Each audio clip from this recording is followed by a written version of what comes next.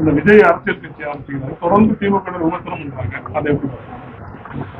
அதாவது இது சுதந்திர நாடு, உங்களுக்கு எல்லாம் தெரியும். யார் வேணாலும் கட்சி ஆரம்பிக்கலாம். கட்சி ஆரம்பிச்சு அந்த கட்சி நல்லபடியா வரணுங்கிறதா ஒவ்வொருடைய எண்ணமா இருக்கும். இதுல மதிப்புக்குரிய திரு விஜய் அவர்கள் மாநாடு நடத்துறாரு. பெர்மிஷன் கொடுக்கறதுக்கு காலதாமதம் 1000 கொஸ்டின் போடுறாங்க. அதுல நியாயமா சுதந்திரமா அவங்களுக்கு அது ஒரு அனுமதி கொடுத்து நடத்த விட்டு இருந்தா இதுல இந்த மாதிரி இஷ்யூ வந்திருக்காது. தொடர்ந்து அமைச்சர்கள் அவர் பாக்குறாங்க, அதை எப்படி பாக்குறீங்க? பதட்டமா பாக்குறீங்களா, பயமா பாக்குறீங்களா?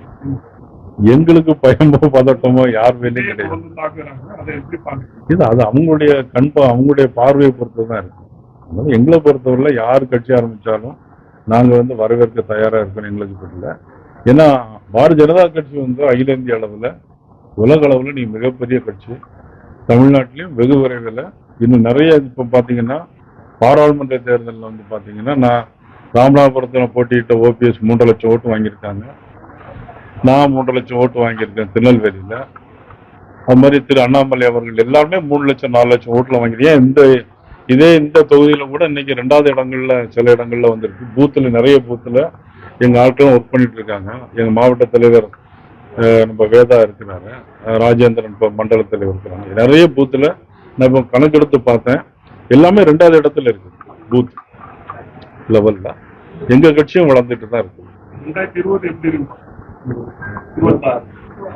26 மிகப்பெரிய அரசியல் மாற்றம் இருக்கும். இன்னைக்கு திமுக எல்லாரும் இன்னைக்கு ஆளுங்கட்சியா இருக்கு, அமைச்சர்கள்லாம் இருக்கிறாங்க, ஓட்டுக்கு பணம் கொடுக்கறாங்க.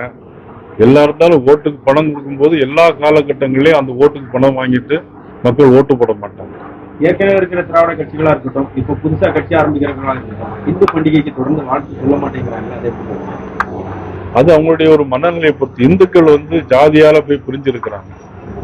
அவங்க மைனாரிட்டி மக்களுடைய ஓட்டு வேணும் அப்படிங்கறதுக்காக ஒரு போர்வையை பசுத்தோல் போர்த்திய புலியாகத்தான் இன்னைக்கு இருக்காங்க. இதனால என்னன்னா நாடு போய் அடைய வேண்டிய ஒரு முன்னேற்றத்தை நிச்சயமா போய் அடையாது. ஆளுங்கட்சி கூட்டணியாக விடுதலை பொறுப்பு கட்சி தலைவர் மதுவிலக்கு பூர்ண மதுவிலக்கு முன்னாள் அறிவிச்சாங்க. இதுல எதிர்கட்சியா இருக்கக்கூடிய அண்ணா வாய்ப்பு கொடுத்திருக்காரு. எப்படி பாருங்க, ஆளுங்கட்சியா இருக்கும்போது அவங்க நிர்பந்திக்கிறதுக்காக பண்றாங்களா, இல்ல என்ன காரணத்துக்காக? அதாவது மதுவிலக்கு வேணுங்கிறதுல எங்களுக்கு மாற்று கருத்து கிடையாது. பாரதிய ஜனதா கட்சியை பொறுத்த மட்டும் அதாவது இப்பொழுது டாஸ்மாக்ல எல்லாம் குடிச்சிட்டு நிறைய பேர் இறந்து போறாங்க. நிறைய கள்ளச்சாராயம் காட்சி கள்ளக்குறிச்சியில பாத்தீங்கன்னா 60-70 பேர் இறந்து போயிட்டாங்க. ஒவ்வொரு வருஷமும் கள்ளக்குறிச்சியில் இதே மாதிரி சம்பவம் நடக்குது. ஆனா எங்களை பொறுத்தவரை அதெல்லாம் இல்லாம கள்ளுக்கடையை திறந்து விடலாங்கிறது தான் எங்களுடைய. இப்ப புதுசா காலேஜ்ல சேர்றவங்களுக்கு இந்த ரேக்கிங் பிரச்சனை இருக்கு, அதெல்லாம் பார்த்து நடத்தணும்னு சொன்னீங்க. இப்ப தொடர்ந்து இந்த காலேஜ்கள் அந்த மாதிரி ரேக்கிங் எல்லாம் இருக்கு, அதுக்கெல்லாம் என்ன மாதிரி தடுக்கணும்னு நீங்க நினைக்கிறீங்க? கல்லூரியில பொறுத்தவரை குறிப்பா மருத்துவக் கல்லூரி மட்டும் இல்ல, பல கல்லூரிகள்ல ரேக்கிங் மாதிரி பண்றாங்க. அது யாரும் இல்லைன்னு மறுக்க முடியாது. அதை உரிய யாராவது ரேக்கிங் பண்றாங்க அப்படின்னாக்கு உரிய நடவடிக்கை அந்த நிர்வாகம் எடுக்கணும். அது தனியார் கல்லூரியாக இருந்தாலும் சரி, அரசு கல்லூரியாக இருந்தாலும் சரி, ரேக்கிங் கண்டிப்பாக இருக்கக்கூடாது. அது ஒரு நடவடிக்கை எடுக்க வேண்டும்.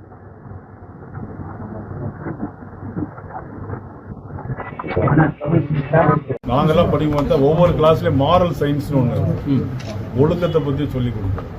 அது மாதிரி அவர் ஒழுக்கத்தை பத்தி சொல்லி கொடுத்துருக்கிறார். இதே மாதிரி ஒவ்வொரு முறை ரீதியாகவும் ஒவ்வொரு என்ன சொல்றது ஒவ்வொரு மத ரீதியாகவும் சில பேர் நிறைய பேர் சொல்றாங்க. அதான் பாவத்தின் சம்பளம் மரணம் அப்படிங்கிற மாதிரிலாம் இதெல்லாம் சொல்றாங்க. இல்லாம ஒரு சர்ச்சையான கருத்துலாம் நீங்க 2 நாளா சமூக வலைதளங்கள்ல போயிட்டு பாத்துருக்கீங்க. பல சர்ச்சையான கருத்துக்கள்ல ஏற்கனவே பேசுறதுலாம் இப்போ வலைதளங்கள்ல போயிட்டு இருக்கு. என்னது அவர் குறுகிய காலத்துல முன்னாடி பல்வேறு இதுல தவறான, அதாவது மாற்றுத்திறனாளிகளா பிறக்கிறது, கண்ணு தெரியாம பிறக்கிறதுக்கு முன்னே பாவங்கள் தான் அந்த கண்ணு தெரியாம கால் இல்லாம எல்லாம் பிறப்பாங்க. அது அந்த வார்த்தைகள் தவிர்க்கப்பட வேண்டிய ஒண்ணுதான்.